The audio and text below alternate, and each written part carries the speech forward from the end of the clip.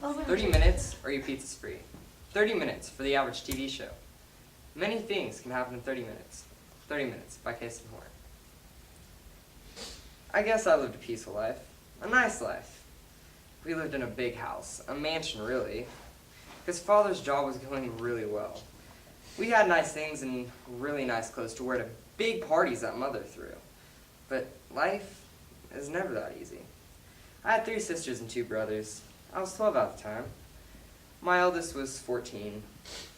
Then came me and my brother, who was 10. My other sister, who was 7. My brother, who was 5. And last but not least, my sister, who was 3.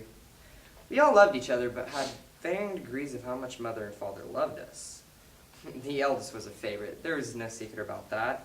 She was a prodigy, good at everything. Dance, song, school. No matter what she did, she was perfect. I guess I was a little jealous, but not enough to wish the fate of her. Father was at work and Mother was getting food when it happened. It was 2:30. I remember because we were watching a TV show that always aired at 2:30. And then the door opens, but we didn't notice. And suddenly, walking the door were men in ski masks. I held the youngest close, but they grabbed each of us, a man holding one each. A man grabbed me by my hair and pulled me over to him. He wrapped his arm around my neck, and I just struggled to get away, but he just kept pulling tighter and tighter. I coughed and I had to stop struggling. Only the eldest still stood. She looked calm. It surprised me, but I didn't ask. You go find us something valuable. Every 10 minutes we don't have anything, we'll shoot one of them. Got it, girlie? My eyes widened as she ran off. I could hear footsteps slipping around upstairs above me. And then 10 minutes went by. The man waited 10 minutes before giving one of the men a cue. The man to my right sliced through my 10-year-old brother's neck. They killed my little brother. The only thing going through my head as hot tears fell down my face. How could you evil! I had to stop because he put a knife to my throat. We're only doing what we have to. Nothing more, nothing less. I was confused then. But I know now. 10 more minutes went by. And he gave the cue. And there went my 7-year-old sister. Hot tears fell down my face. I just struggled to crawl over to her one more time, just to see her one more time before she died. But I just couldn't move. So I just closed my eyes and hoped to be over soon. Because I knew I was next. Then my sister came downstairs. And she had this stone-cold look on her face. She looked in the living room and saw our 2 fallen siblings. And she just got this evil grin on her face. Then, she handed the man a diamond necklace. I just couldn't blink at this point. It all made sense now. If we're only doing what we have to, why she was so calm, why she took so long, even though we were both told where the valuables are. She paid them to kill us. But before I could say anything, a pain in my throat made me stop and fall down. I watched as she turned to me and said something, but I couldn't hear it. Then my vision started getting blurry. I looked at the clock, barely being able to read it. It said 2:59. I just watched, waiting for my death to pass me. And just as my vision faded, the clock said 3. 30 minutes is all it took for my sister to kill me. Thank you. Wow. Lauren is your typical 25-year-old. Well, she was. Until a recent drunk driving accident has left her widowed. In these next 5 scenes, you watch how Lauren accepts what happens and comes full circle with the incident. Full Circle by Dawn Marie Vaughn.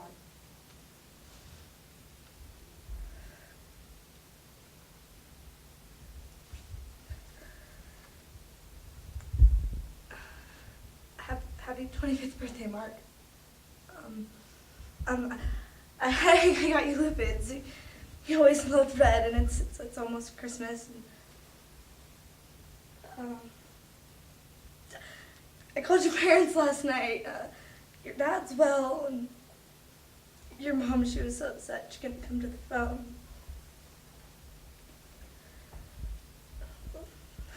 Lou Patterson, the detective on your case, he called. They think they finally caught the guy that the idiot tried selling his car to the junkyard. The owner called it in when they seen the damage, the paint from yours. You don't know all the details yet, but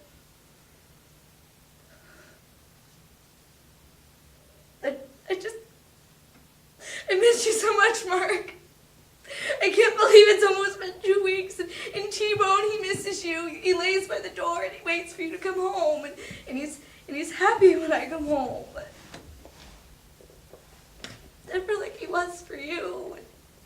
And I don't blame him. Sometimes I think that maybe you're just working late, or you're at your parents', and you'll open the door and there you'll be.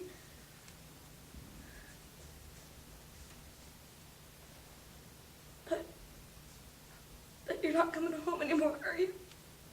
Oh, I better go. I love you.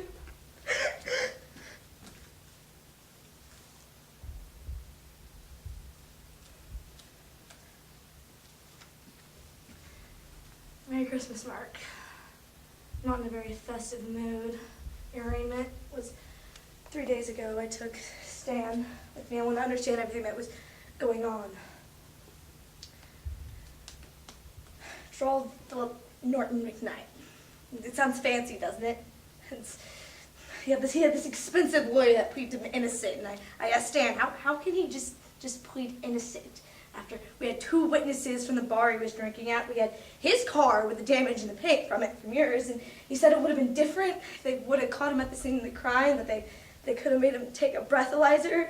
And then his lawyer goes on about how he has important ties to the community and in his job, and the court starts talking about how he needs to post bond so we can go home. And your dad, he just looks at me and he just says how he has to let your mom know that they're letting your killer go home for the holidays.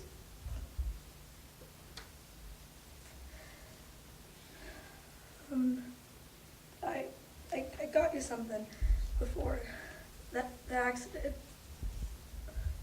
It's that gold watch you're saving up for. This morning I thought about how to give it to you and told me I shouldn't have, but you hold me real tight and love me for it anyways.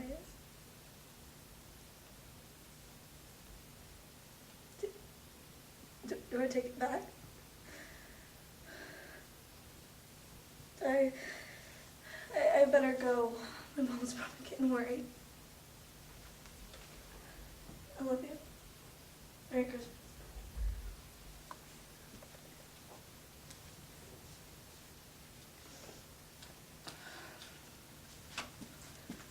Hey, Mark, it's me. I can't stay long. Your trial was supposed to start today, but it didn't. Stan called me this morning and said McKnight's lawyer had a death in the family, so the judge put it off for 30 more days. 30 more days! That's what we have to wait. I was frustrated and I didn't know what to do, and I found out where McKnight lives, and I know I shouldn't, but I go there sometimes. I just have to know, you know. And he's got a nice house and a family, two girls and a boy, and just mostly lights flickering on and off, but it is the winter. Mark, he's not gonna have a nice house and a nice family and get away with this. I promise. I better go to work before I'm late. I love you.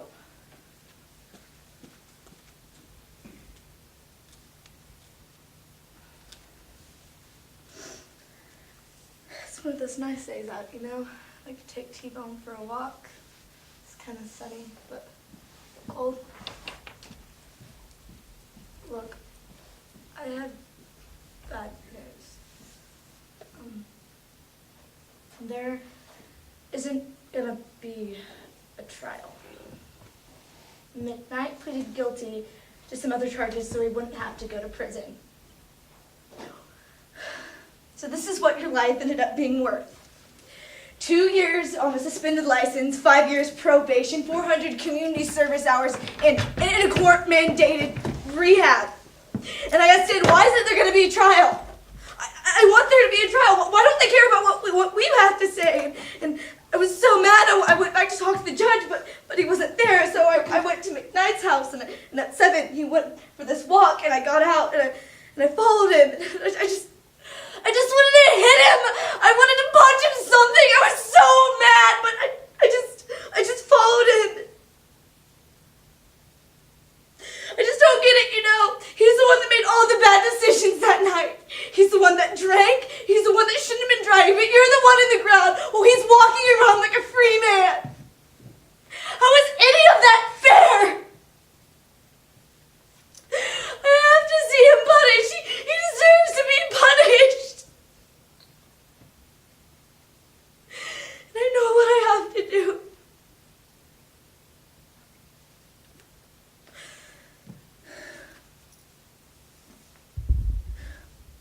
Mark, I'm gonna have to kill him. And I already know I'm gonna do it, and I already have the gun. My dad's from collections. He probably doesn't even know I have it. And every night, he goes for this walk at 7, always alone. And I'm gonna take that gun, and I'm gonna walk in the opposite direction, and I'm gonna shoot him right in his face. That way his wife has to have a closed casket like I had to have for you. And I don't even care if anybody sees me. This is what he deserves. He's gonna get punished for what he did. I have to do this. For me, for you.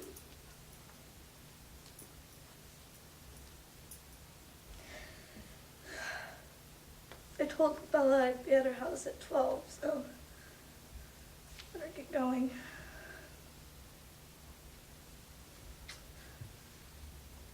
I love you, Mark.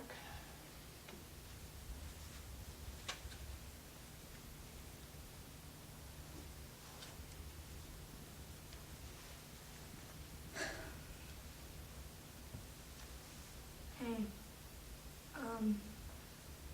I'm sorry I haven't been around lately. I guess I didn't know how to tell you.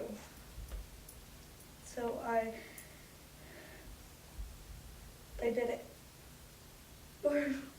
Or at least I tried. I mean, he was absolutely perfect. I waited by his house till 7, and he got out for a walk, and I grabbed T-Bone, and I got out of the car, and I had the gun in my pocket. And I counted my steps until I met him. And when I got there, he just looked right at me, and I didn't know what to do. I couldn't get the gun out. And I just kept on walking, and I just finally turned around and told him, stop. Stop right there. And he did. He didn't run or scream or anything. I told him, turn around. I asked him, do you know who I am? And he said yes. And of course he knows who I am. All those times at court, and I asked him, do you know why I'm here? To kill me, he said. Yeah, to kill you. And it was just me and McKnight and T-Bone, that stupid gun standing there in the street. And I went to reach for the trigger. But I couldn't do it. All I could say is, I hate you. I hate you so much. And he said, I know. And I just put the gun back in my pocket, and I grabbed T-Bone. We went back to the car, and as we drove off, I just saw McKnight standing there in the street, just sobbing.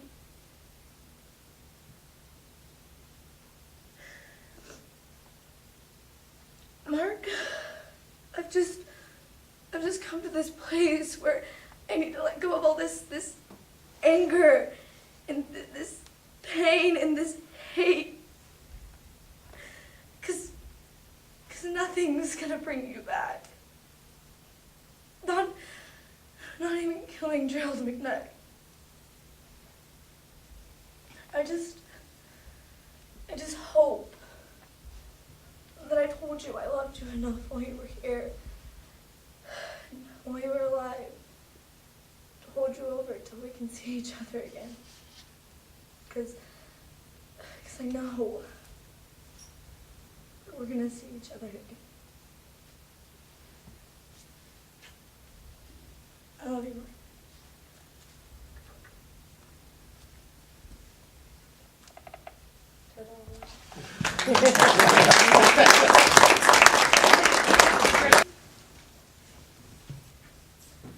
So, you are my real mother? You know, I've made about 1 million speeches to in the bathroom mirror. They were all brilliant. A bond between a mother and a child is a relationship between a child and a mother is a bond that compares to nothing else. But what do you do when the woman who gave birth to you and the woman who took care of you your life are two different people? Johnny's Own Mother by Irma Bombeck. I kind of thought you'd be taller. You always seem taller when you're talked about. You always looked like Carol Brady for somehow. Don't ask me why. You've been talked about a lot. As soon as I was able to comprehend, I was told I was adopted. My parents told me that my real mother loved me so much that she was unselfish enough to give me to someone who couldn't give me all the things she couldn't. And that's true, isn't it? No, never mind. I don't want to know. Forgive me for staring. It's just, I can't believe it's you. I mean, all my life I've wanted to know what my real mother really looked like. They said I always seemed to know you better than they ever did. You know, I'd say stuff like, my real mother wouldn't have made me do that, or my real mother wouldn't have said that. That kind of stuff. I guess first off, I should at least thank you for at least giving birth to me. I don't know how they would have gotten through life without me. I seem to give their life importance or something. Well, there's probably a lot you want to know about me, like, am I smart? How's my life been? I guess I do that much. It's funny, my mother, adopted mother, always wondered about her debt to you. Like, how much she owed you, when her debt would be paid off. I think she wondered most often when she would become real. It's only fair that if you hear all the bad stuff, all the good stuff, you should hear the bad stuff too. There were bad times, you know, like, did you know I almost died of an asthma attack when I was 8? You were the only thing I could think about that night. I said to myself, where are you now, real mother? Do you even care about me? Why am I doing this? Why am I so angry at you? I've always known you did what you did was best for me. I can tell by that look on your face that you honestly don't know why I think you did is so terrible. I'm not even so sure myself. If only you knew that when you went away, you took a part of me with you, something that no one else can ever give me. You took away my past. Without a past, I've been adrift on a sea of frustration, sometimes afloat and sometimes sinking. I don't even know which port is home. There are questions I have that only you can answer, like, was I conceived in love? Do I have a brother? Or do I have a sister? Was I even wanted? How can I go forward without knowing what's behind me? Love. People talk about it like it's a universal band-aid for all physical and emotional ailments.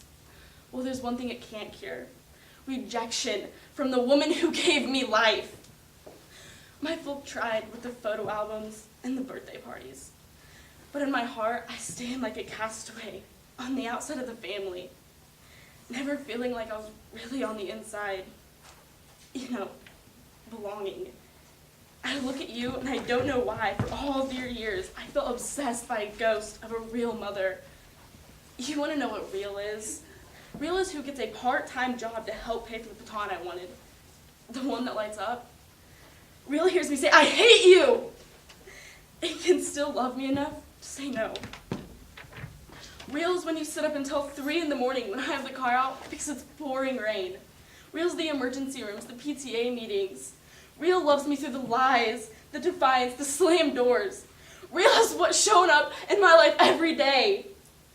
I'm shouting, and I don't know why. Actually, I do know why. All these years, you haven't been the object of my love and gratitude, but you have been the source of my frustration and pain. Now I'm caught between blame and compassion, but mostly you've been the object of my resentment. You had a wonderful experience that my mother would have gave anything for. The moment of a child inside of her, who would someday look at her and see as real. No one can give that to her now, and no one can take that from you. It's there forever, even though you weren't for me.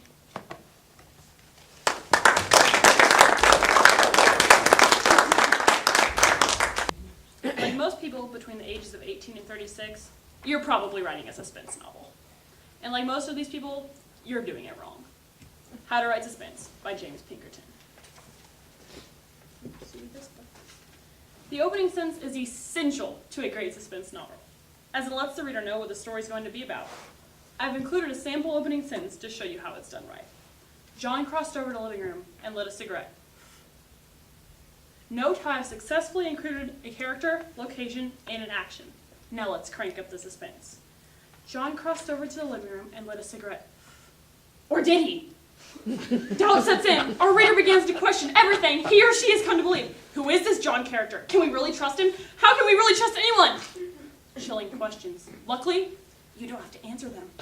Remember, great suspense lies in what you don't tell the reader. Having placed the seed of doubt in our reader, we quickly move on to something else, distracting the hell out of them. John then went to work and nothing happened.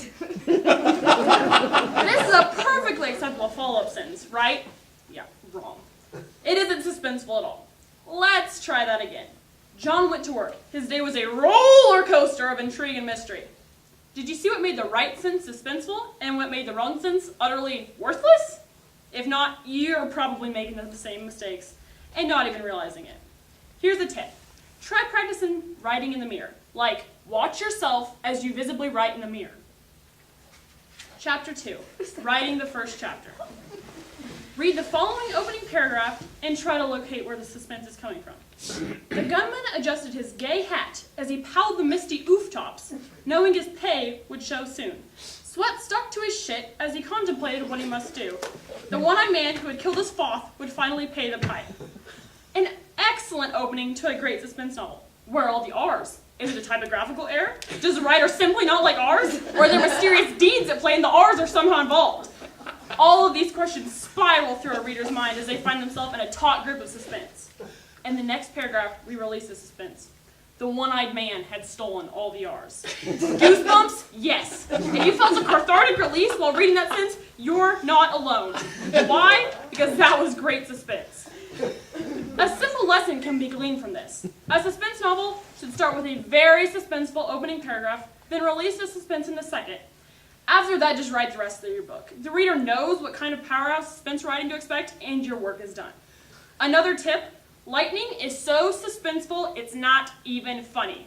So always use it for everything. Lightning makes the reader notice what happened right before and after. So pack in a lot of lightning. No one will mind. Lesson 3, ending your suspense novel. A good suspense novel must have a surprise twist ending to leave the reader utterly dumbfounded. If you've done your job right up until this point, then the reader probably has no clue what's happening, who your characters are, or what they're worried about. Time for the final turn of the screw to make them jump out of their seats. Absurd. John and Janet had finally solved the murder. It had been some other guy all along. They were sitting down to a delicious lasagna dinner that Janet had baked when suddenly, how would you end the tale? Write out your ending now, then read mine to see why yours is wrong. Here's a good ending. Janet's head exploded! Janet had been injected with a toxin that explodes head. John stopped eating his lasagna. Or did he? Or a better ending. A big bomb dropped on the house, killing both of them. Honestly, Janet, the bomb had been launched in Iraq because of the war there, but the guidance system shorted out. So it went over Janet's place instead and flew right into her head.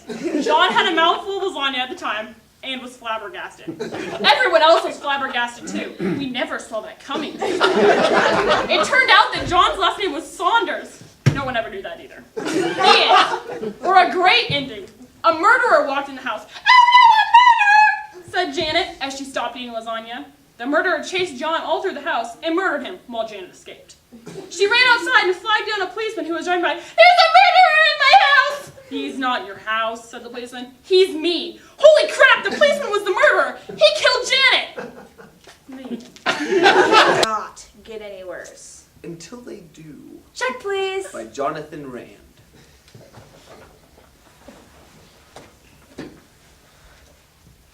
Hi, Hello. how are you doing? I'm great. How about you? Well, I'm doing spectacular. Nice to finally meet you. Oh, the pleasure's all mine. Look, so before we start, can I ask you something? Of course. Would you care if I check the score of the Bears game? Of course not. I know I'm making the worst first impression. No, not at all. I just really love the Bears. They're doing really great this season. Okay, I'm done. That wasn't so bad, was it? No. So tell me more about Mr. Mystery. Harriet's told me all about you. Cat's out of the bag now. Do you care if I check the Bears game just one more time? You know what? I'm just going to put this little earpiece in. You probably won't even know that I have it. Right. Oh, dang it. What's wrong? A-Train, the line's in this huge running lane. Who drops the ball after 2 yards? It rolls out after 5, but it's not that big of a deal. But who drops the ball like that? I mean, it's playoffs. It's do or die time if we actually want to do something. And pass the ball! Miller, it's like he won't pass the ball. He refuses to pass the ball this season. It's third and long, and he hands the ball off. Who hands off the ball third and long? No. And it's like he's staring at his receiver.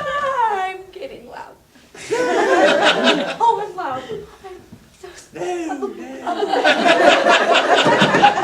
up to you. I need to still on 11. It's absolutely precious. It's like my favorite place to go. And you'll absolutely love it. I mean. Pass the ball! Listen, we could go to a bar or something if you want to watch the game on TV. No. Just order the game's practically over. What happened? Just order. They lost. The Bears. They suck. No, they don't suck. No. The Bears suck. Please.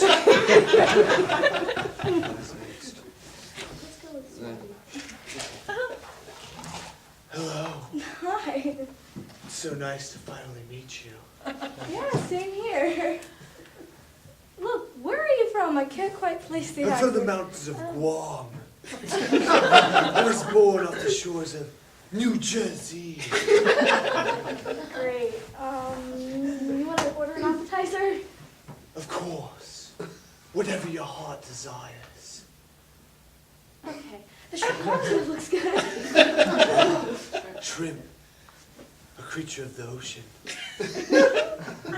Which is not nearly as lovely as the ocean of your eyes.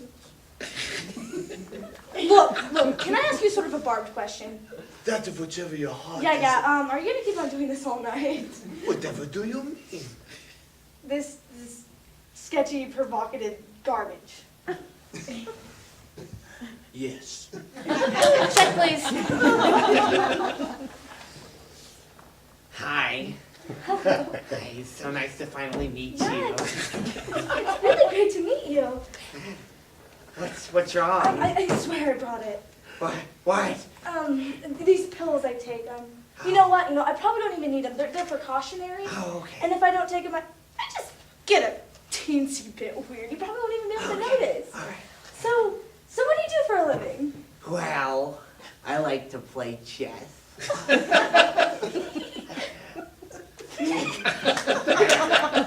You're cute. Thanks. He's not cute. You just haven't been out for a while. Oh. No, he's good looking. No, you're absolutely right. He's a hunk of a Oh, man. my. Calm down, young lady. What are you? Don't get off me. Get off me. You didn't even get it. You started. Girls, quit fighting. What would your father say? Oh, let him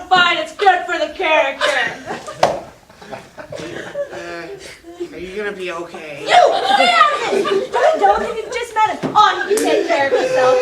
You need to calm down. What is your problem? All right, who brought the monkey? I did you? No?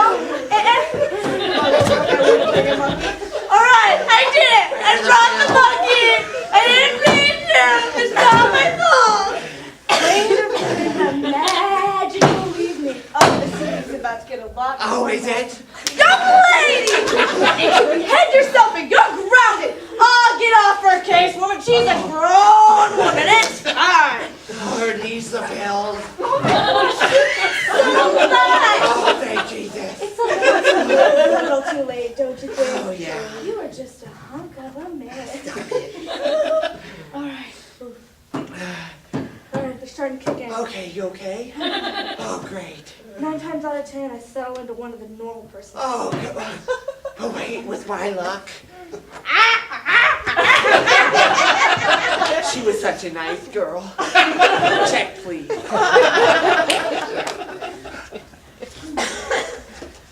Oh my gosh, I know, right? I know, it's crazy. Oh, how does it happen like that? I don't know, it just kind of did. So listen, all joking aside, this has been great. You know? There's a fly in my water. Gross. Here, take mine. Waiter, can I get another water, please? Look, this has actually been great. I mean, you're so nice, and No, please. you just wouldn't believe the luck I've had with guys lately. But how? You're so fun and beautiful. Oh, stop. I mean, you're almost too good to be true. Oh, Terry. Who's Terry? Who is she? Is that your girlfriend? Who is she? Please, story. Who is she? He. You're gay? Yes. No. Well, maybe. I'm an actor. Terry's my agent. You're gay. Yeah. You're gay and I'm on a date with you. Yeah. Listen. I had to method act gay. I'm a method act straight. I'm a method actor. If I had method act straight, I wouldn't get the part as Stanley in the local production of Streetcar. And Method act? yeah. Listen. I hope this wasn't unfair to you in any way. I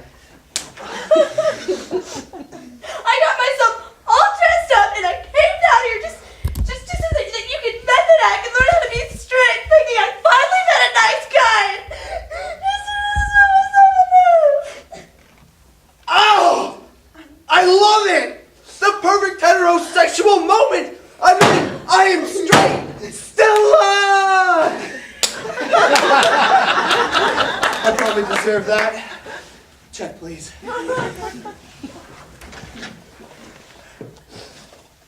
Hey. So nice to finally meet you. What you got to... Oh, some fake rope. Right. You know, that's really noble of you. I guess we need some more rope pullers out there. Oh, got a snag there. There you go. Yeah, quite a breeze we got in here. A little drafty. Hold on, don't go flying away. Hold on, yeah, there you go. Just grab onto something. It's not really appropriate to bring your work to a date, is it? You know what? Don't worry about it. Let's just order. Ooh, chili.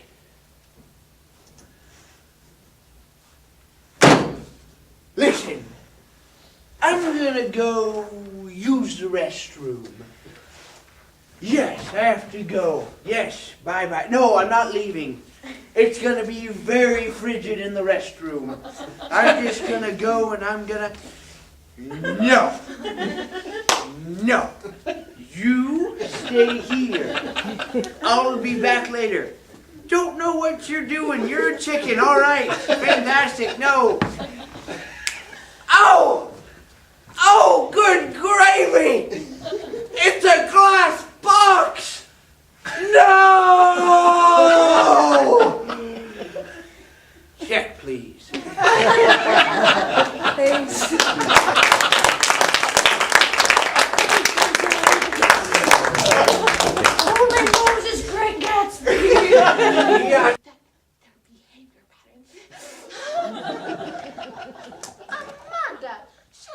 not come to me with an excuse, but perhaps the most advanced science project of all time. Oh, now we're true, Miss Copel cannot be except yesterday I made 2 fatal mistakes.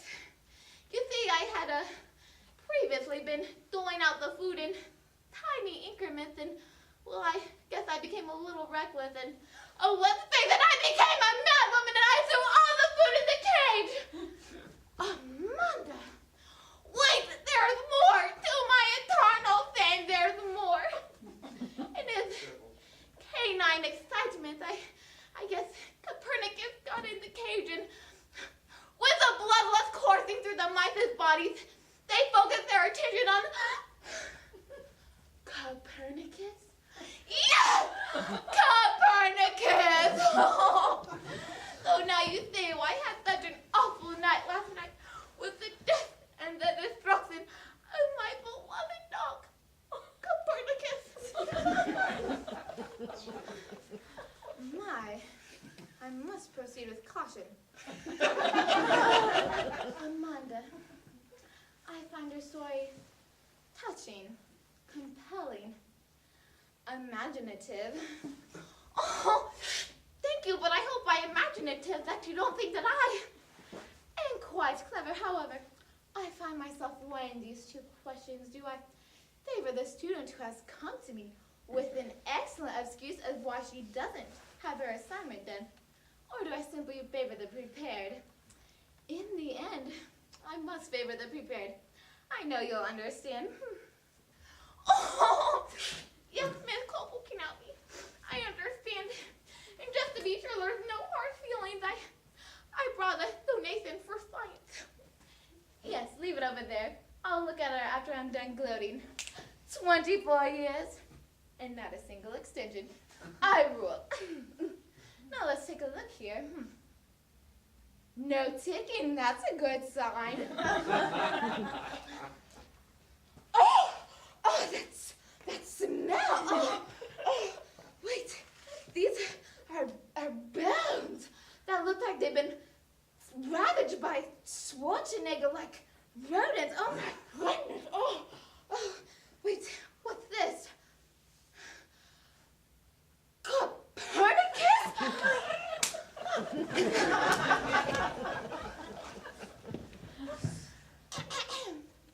Attention, please. This announcement is for all Miss Copel-Kineski science classes. Miss Copel-Kineski has suddenly fallen ill and will not be in attendance today. Please report to the library where you will watch a Disney film. All homework is granted an extension and will be collected Monday. Thank you.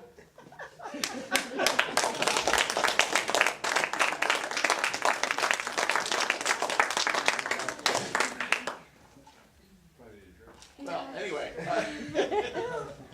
I'm their coach, and I'm still just amazed at how talented they are. It's amazing. It's truly amazing. They've been a great group to work with. What a great coach. Yay. Oh,